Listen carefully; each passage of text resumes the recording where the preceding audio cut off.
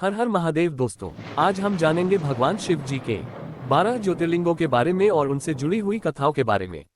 Number 1 पर आता है सोमनाथ ज्योतिर्लिंग, जो स्थित है गुजरात में। क्या आप जानते हैं कि 12 ज्योतिर्लिंगों में सबसे पहला स्थान किसका है? जी हाँ, सोमनाथ ज्योतिर्लिंग का, जिसकी कथा जुड़ी है चंद्रमा और उनके शाप से। आइए जानते हैं इससे जुड़ी कथा। दक्ष प्रजापति की 27 कन्याओं से चंद्रदेव का विवाह हुआ था, लेकिन चंद्रदेव केवल रोहिणी से ही अधिक प्रेम करने लगे और बाकी पत्नियों की उपेक्षा की। इससे क्रोधित होकर दक्ष ने चंद्र को शाप दिया कि वे धीरे धीरे क्षीण होते जाएंगे। शाप के प्रभाव से चंद्रदेव का तेज नष्ट होने लगा, पूरा जग अंधकार में हो गया। तब देवताओं ने चंद्र को सलाह दी कि वे प्रभास क्षेत्र में जाकर भगवान शिव की कठोर तपस्या करें। चंद्रदेव ने कई वर्षों तक कठोर तप किया और अंततः शिवजी प्रकट हुए। उन्होंने चंद्र को अमृतवर दिया और उनके क्षय को शुक्ल पक्ष और कृष्ण पक्ष में बांट दिया। तभी से चंद्रदेव का क्षय और वृद्धि होना शुरू हुआ। इसी स्थान पर भगवान शिव सोमनाथ ज्योतिर्लिंग के रूप में प्रतिष्ठित हुए। सोमनाथ की कथा हमें सिखाती है कि ईश्वर की शरण में जाने से सबसे कठिन संकट भी दूर हो जाते हैं। नंबर 2 पर आता है मल्लिकार्जुन ज्योतिर्लिंग, जो आंध्र प्रदेश में स्थित है। क्या आप जानते हैं कि भगवान शिव अपने पुत्र कार्तिकेय के विरह में कहाँ निवास करने लगे? यही कथा हमें ले जाती है मल्लिकार्जुन ज्योतिर्लिंग तक। कथा के अनुसार जब कार्तिकेय का विवाह तय किया जा रहा था, तो नारद मुनि ने आकर कहा कि जो पहले पृथ्वी की परिक्रमा करेगा वही विवाह करेगा। गणेश जी ने बुद्धिमानी से माता पिता की परिक्रमा कर ली और विजयी हो गए। ये सुनकर कार्तिकेय अत्यंत क्रोधित हो गए। वे दक्षिण की ओर निकल गए और कुम्हारवाड़ा पर्वत पर जाकर अकेले रहने लगे। माता पार्वती और भगवान शिव अपने पुत्र को मनाने वहां पहुंचे, परंतु कार्तिकेय ने उन्हें मिलने से इनकार कर दिया। पुत्र के इस विरह को सहना शिव और पार्वती के लिए कठिन था। तब भगवान शिव ने वहीं पर्वत पर ज्योतिर्लिंग रूप में निवास करना स्वीकार किया। क्योंकि इस स्थान पर हर वर्ष मल्लिका फूलों की सुगंध फैली रहती है और यहाँ भगवान शिव अपनी पत्नी पार्वती के साथ विराजते हैं, इसलिए ये स्थान मल्लिकार्जुन ज्योतिर्लिंग कहलाया। मल्लिकार्जुन की कथा हमें ये सिखाती है कि ईश्वर अपने भक्तों और संतानों के विरह में भी साथ नहीं छोड़ते। उनकी उपस्थिति हर परिस्थिति में बनी रहती है। नंबर 3 पर आता है महाकालेश्वर ज्योतिर्लिंग, जो उज्जैन मध्य प्रदेश में स्थित है। उज्जैन के महाकाल की महिमा ऐसी है कि यहाँ शिवजी स्वयं काल का भी नाशक माने जाते हैं। आइए सुनते हैं उनकी कथा। कथा के अनुसार प्राचीन समय में उज्जैन में दूषण नामक राक्षस लोगों को सताने लगा। वह इतना शक्तिशाली था कि देवता और ऋषि भी भयभीत हो गए। तब भक्तों ने भगवान शिव का स्मरण किया। भक्तों की पुकार सुनकर भगवान शिव स्वयं प्रकट हुए और भयंकर महाकाल रूप धारण कर दूषण का संहार किया, प्रजा को भयमुक्त किया। भक्तों ने निवेदन किया कि हे प्रभु, आप हमें छोड़कर न जाएं। तब शिवजी ने कहा, मैं यहाँ सदैव महाकाल रूप में निवास करूंगा। इसीलिए उज्जैन का ये ज्योतिर्लिंग महाकालेश्वर कहलाया। यहाँ प्रतिदिन की भस्म आरती अद्वितीय है। महाकालेश्वर की कथा हमें ये सिखाती है कि जब भी धर्म संकट में पड़ता है, शिव स्वयं रक्षक बनकर प्रकट होते हैं। नंबर 4 ओंकारेश्वर ज्योतिर्लिंग, मध्य प्रदेश। क्या आपने कभी सोचा है कि ओम के आकार का पर्वत कहाँ है? वहीं प्रकट हुए थे ओंकारेश्वर ज्योतिर्लिंग। कथा है कि त्रिपुरासुर नामक राक्षस ने तीनों लोकों को आतंकित कर रखा था। देवताओं ने भगवान शिव की आराधना की। वे मंधाता पर्वत पर तप करने लगे। शिवजी उनकी भक्ति से प्रसन्न होकर प्रकट हुए और त्रिपुरासुर का वध किया। जिस पर्वत पर देवताओं ने तप किया, उसका आकार ओम के जैसा है। इसलिए यहाँ शिवजी ओंकारेश्वर ज्योतिर्लिंग कहलाए।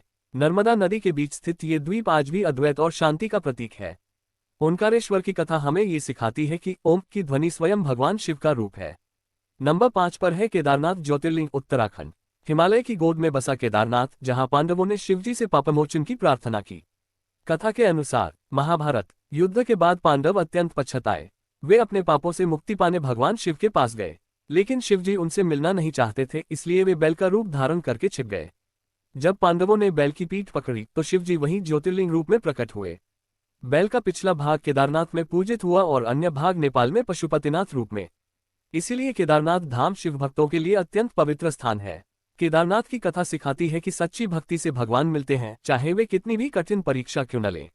नंबर 6 पर आता है भीमाशंकर ज्योतिर्लिंग, महाराष्ट्र।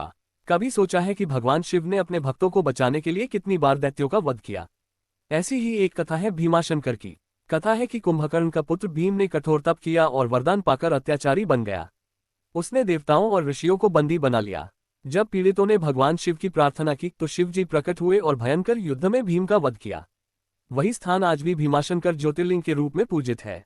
ये सह्याद्री की पर्वतमाला में स्थित है। भीमाशंकर की कथा हमें ये सिखाती है कि अन्याय और अहंकार का अंत निश्चित है। नंबर 7 पर आता है काशी विश्वनाथ ज्योतिर्लिंग, वाराणसी, उत्तर प्रदेश।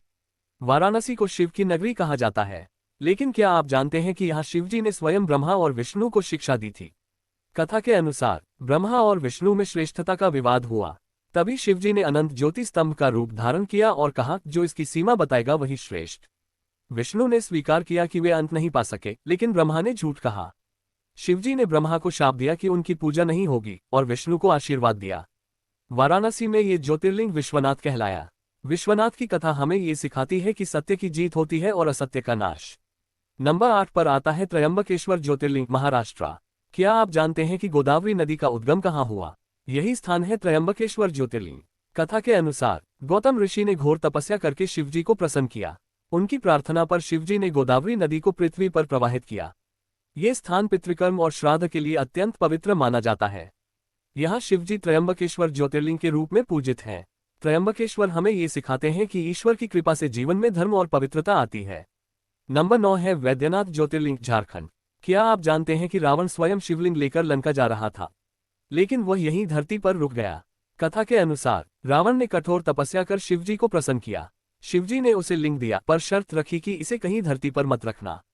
देवताओं ने चाल चली और रास्ते में रावण को शौच के लिए रुकना पड़ा। उसने शिवलिंग एक ग्वाले को पकड़ा दिया। ग्वाले ने थककर उसे धरती पर रख दिया।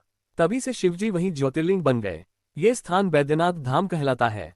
वैद्यनाथ की कथा हमें ये सिखाती है कि छल और अहंकार से प्राप्त वस्तु कभी स्थायी नहीं होती। नंबर 10 पर आता है नागेश्वर ज्योतिर्लिंग, गुजरात। क्या आपने सुना है कि भगवान शिव ने एक दुष्ट राक्षस का अंत करने के लिए ज्योतिर्लिंग का रूप लिया था? यही है नागेश्वर। कथा के अनुसार दारुक नामक राक्षस भक्तों को बंदी बनाकर कष्ट देने लगा।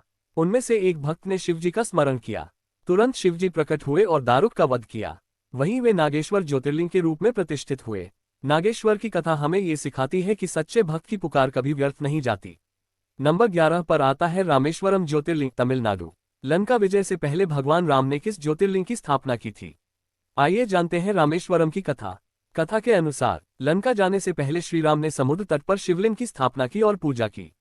उन्होंने समुद्र पर पुल बनाने से पहले शिवजी का आशीर्वाद लिया, इसीलिए यहाँ का ज्योतिर्लिंग रामेश्वरम कहलाया। ये स्थान उत्तर और दक्षिण भारत की भक्ति को जोड़ता है। रामेश्वरम की कथा हमें सिखाती है कि विजय से पहले ईश्वर की शरण लेना आवश्यक है। नंबर 12 पर आता है घृष्णेश्वर ज्योतिर्लिंग, महाराष्ट्र। क्या आपने सुना है कि एक साधारण स्त्री की भक्ति से भगवान शिव प्रकट हो गए थे? यही कथा है घृष्णेश्वर की। कथा के अनुसार घृष्णा नामक स्त्री प्रतिदिन मिट्टी से शिवलिंग बनाकर पूजा करती थी। उसकी भक्ति अटूट थी। शिवजी उसकी भक्ति से प्रसन्न होकर स्वयं प्रकट हुए और कहा, हे देवी, मैं यहाँ सदैव निवास करूंगा। वहीं आज घृष्णेश्वर ज्योतिर्लिंग स्थित है। घृष्णेश्वर की कथा हमें ये सिखाती है कि सच्ची भक्ति से भगवान अवश्य प्रकट होते हैं। अगर आपको वीडियो पसंद आए हो तो हर हर महादेव जरूर कमेंट करें और चैनल को सब्सक्राइब करना ना भूले। धन्यवाद।